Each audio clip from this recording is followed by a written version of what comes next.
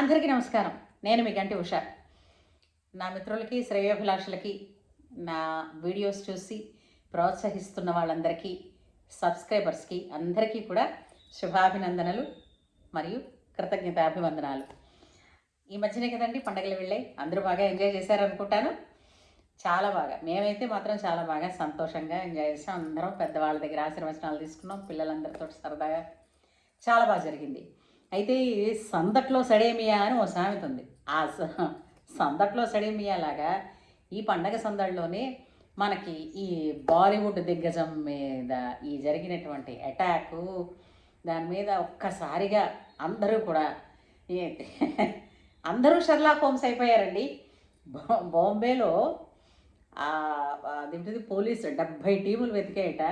వాళ్ళందరూ లిటరల్లీ ఫిజికల్గా వాళ్ళు వెతికుండొచ్చు, కానీ ఈ వార్త తెలిసిన దగ్గర నుంచి దాని మీద వచ్చే కథనాలు చూస్తున్న ప్రతి ఒక్కళ్ళం కూడా షెర్లాక్ హోమ్స్ అయిపోయి ఎన్నెన్ని డౌట్స్ వచ్చాయో చెప్పలేం. ఇదిగో పులంటే అదిగో తోక. ఆ? ఒకే మొహంలో ఉన్నారని నలుగురిని ఎక్స్పోజ్ చేశారు. నలుగురిలో ఇంతకీ అసలు ఆ సీసీటీవీ ఫుటేజ్లో చూసిన వాడిని తప్ప ఇంకెవరినో అరెస్ట్ చేశారు కదా. సరే, ఇవన్నీ పక్కన పెడితే ఎన్నెన్నో ఐడియాలు వచ్చేసాయి, అనుమానాలు వచ్చేసాయి, బ్రహ్మాండమైనటువంటి డిటెక్టివ్స్ అయిపోయాం అందరమును. కానీ కానీ కానీ చివరికి ఏంటైంది, 4 రోజుల తర్వాత హ్యాపీగా ఓ జిమ్ నుంచి బయటకు వచ్చినట్టుగా ఆయన నడుచుకుని ఇంటికి వెళ్ళిపోయాడు. అవునా? ఏం జరిగిందంటారు? అందరం ఇలా తల పట్టుకున్నాం కదా. అయితే తలలు పట్టుకుని కూర్చోమన్నామా, మీ పనులు మీరు చేసుకోవాలి కదా. పనులు చేసుకున్నాం.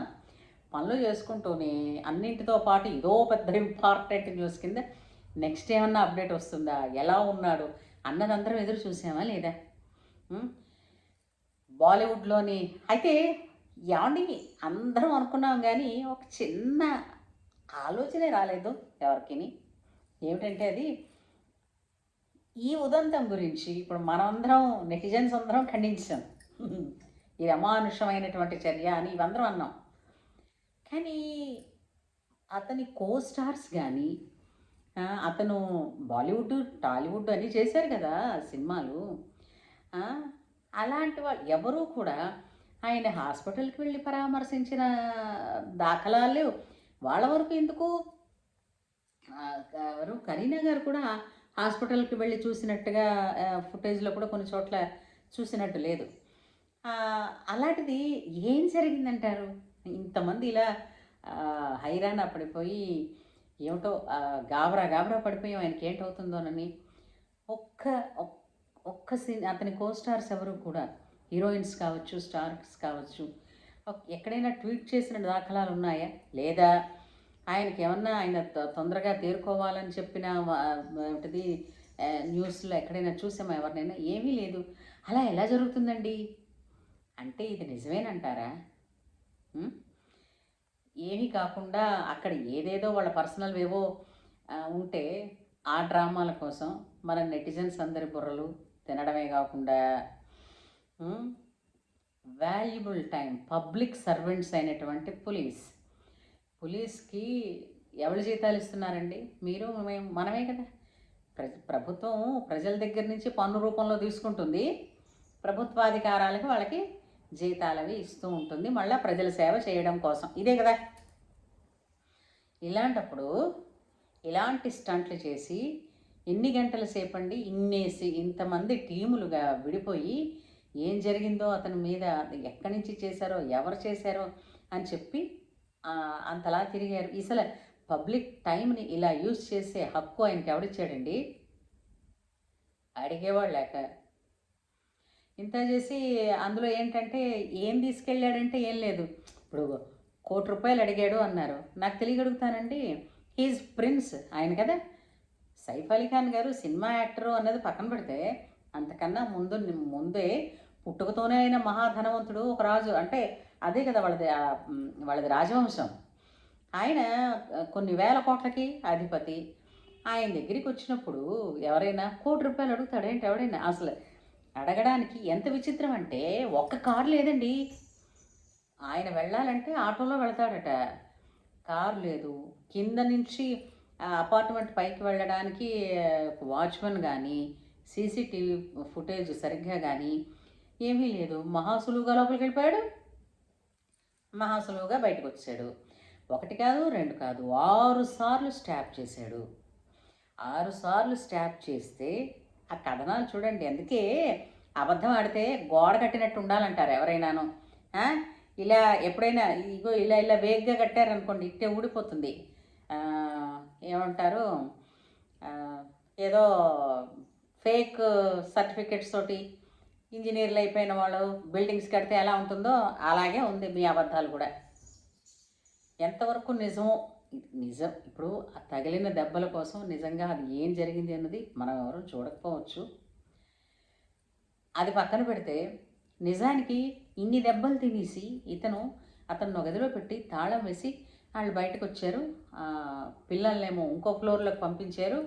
వీళ్ళేమో హాస్పిటల్కి వచ్చారు. హాస్పిటల్కి రావడానికి డ్రైవర్ లేకపోవడం వలన రోడ్డు మీద అటుగా వెళుతున్నటువంటి ఒక ఆటోని పిలిచి ఎక్కారు అన్నారు. ఏమంటే ఎక్కడైనా పొంతనుందండి ఈ కథకి? నాకు తెలియగలుగుతాను. డ్రైవర్ ఒకటా రెండండి వాళ్ళకి కార్లు ఉంటాయి. తర్వాత వాళ్ళకి డ్రైవర్స్ అన్నవాళ్ళు ఫోన్ ఎంత సాఫిస్టికేటెడ్ టెక్నాలజీ ఉందో వాళ్ళకి అన్ని కంఫర్ట్స్ కూడా ఉన్నాయి కదండి. ఇవేవీ లేవు అని అంటే తేడా ఏదో ఆ సినిమాలో చూడండి ఒక డైలాగ్ ఉంది, ఎక్కడో కొడతాంది సీను అన్నట్టుగా. ఎక్కడో కొట్టట్లే. సో ఇలాగా ఏదో వాళ్ళకి స్వప్రయోజనాలు ఏవో ఉన్నాయేమో దానికోసం ఏదైనా ఒక డ్రామాని ఒక ఇన్సిడెంట్ని సృష్టించుకున్నారో లేదా నిజంగానే జరిగిందో. నిజంగా జరిగింది అనడానికి ఇప్పటికీ కూడా ఆటలా ఉందండి. ఎందుకంటే ఆయన శరీరంలో కత్తి కూడా దిగబడిపోయి ఉంటే ఆ కత్తిని కూడా తీసానన్నారు. 6 గంటల సేపు ఆపరేషన్ చేసి డాక్టర్లు చెప్పి మనకేం తెలుసండి వాళ్ళన్న మాటలే. ఆపరేషన్ చేసి తీసామన్నారు. అన్ని గంటల సేపు ఆపరేషన్ చేసి తీయించుకున్న మనిషి ఇంత స్పీడ్ రికవరీ ఎక్కడుంటుందబ్బా నాకు అర్థం కాలే. కనీసం పోనీ రికవరీ ఉండొచ్చు, ఇంటికి డిశ్చార్జ్ చేసేంత ఆయన ఏదో కాస్త వీల్ చైర్లో కూర్చొని వచ్చాడో. అంటే ఇప్పుడు ఏమిటి ఆయన వీల్ చైర్లో కూర్చుంటే మీకు ఆనందం అంట, అలా కాదండి. అంత పెద్ద ఆపరేషను, అన్ని గాయాలు తగిలి ఎంత రక్తం పోయి ఉంటుంది. ఇవి ఏమైనా ఆ నడిచి వెళుతున్న మనిషితో చూసాం కదా సైఫ్ గారిని, ఏమైనా మ్యాచ్ అవుతున్నాయా? సో ఎలా అయిపోయామంటే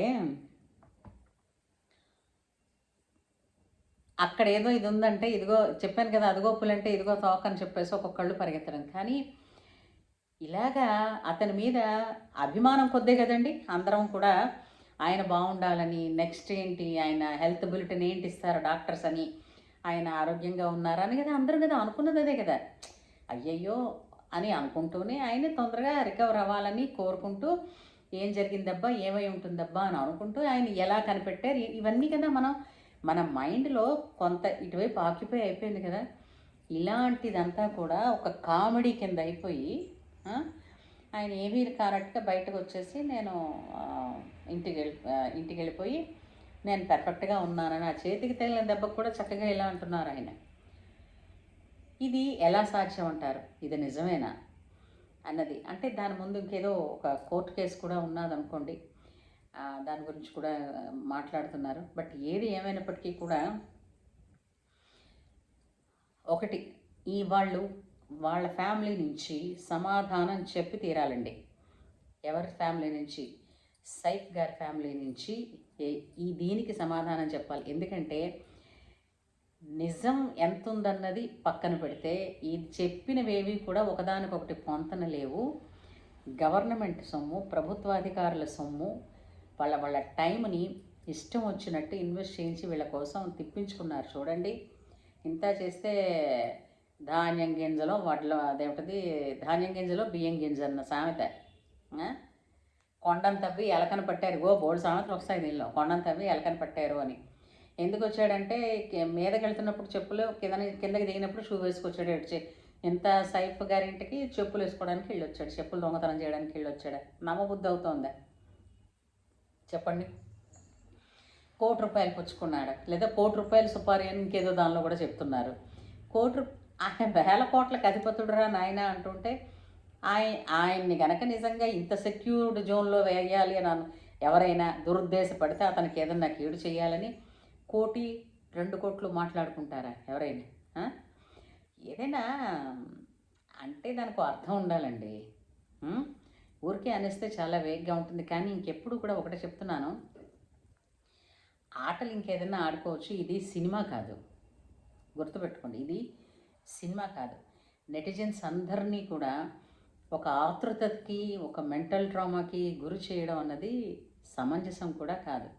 అందుచేత దీనికి సంజాయిషి చెప్పుకోవాలి నిజానికి వాళ్ళ ఫ్యామిలీ నుంచి, సాయిప్ గారి ఫ్యామిలీ నుంచి. కాబట్టి ఏదైనా ఒకటి జరుగుతోంది అనేసరికల్లా మనం ముందు కంగారు పడిపోకుండా దాని వెనకాతల జరిగేది ఏమిటి అన్నది మనం తాపీగా చూద్దాం. నిజంగానండి ఎంత ఆతృత పడ్డారు అందరూ, చాలామంది ఈయనకేంటవుతుంది ఏమిట్రా అని. డాక్టర్స్ కానీ ఓ మెడికల్ ఇది చూపించలేదు.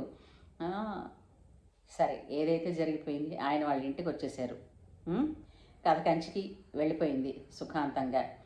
కానీ ఇక మీద ఏంటంటే ఒకటి మాత్రం చెప్పగలనండి, ప్రజలని అలాగే ప్రభుత్వాధికారులని స్వప్రయోజనాల కోసం తప్పుదారి పట్టించకూడదు. అది తప్పు, నేరం. ఏమంటారు? అంతేనా? అంచేత ఇంకెప్పుడైనా ఇలాంటి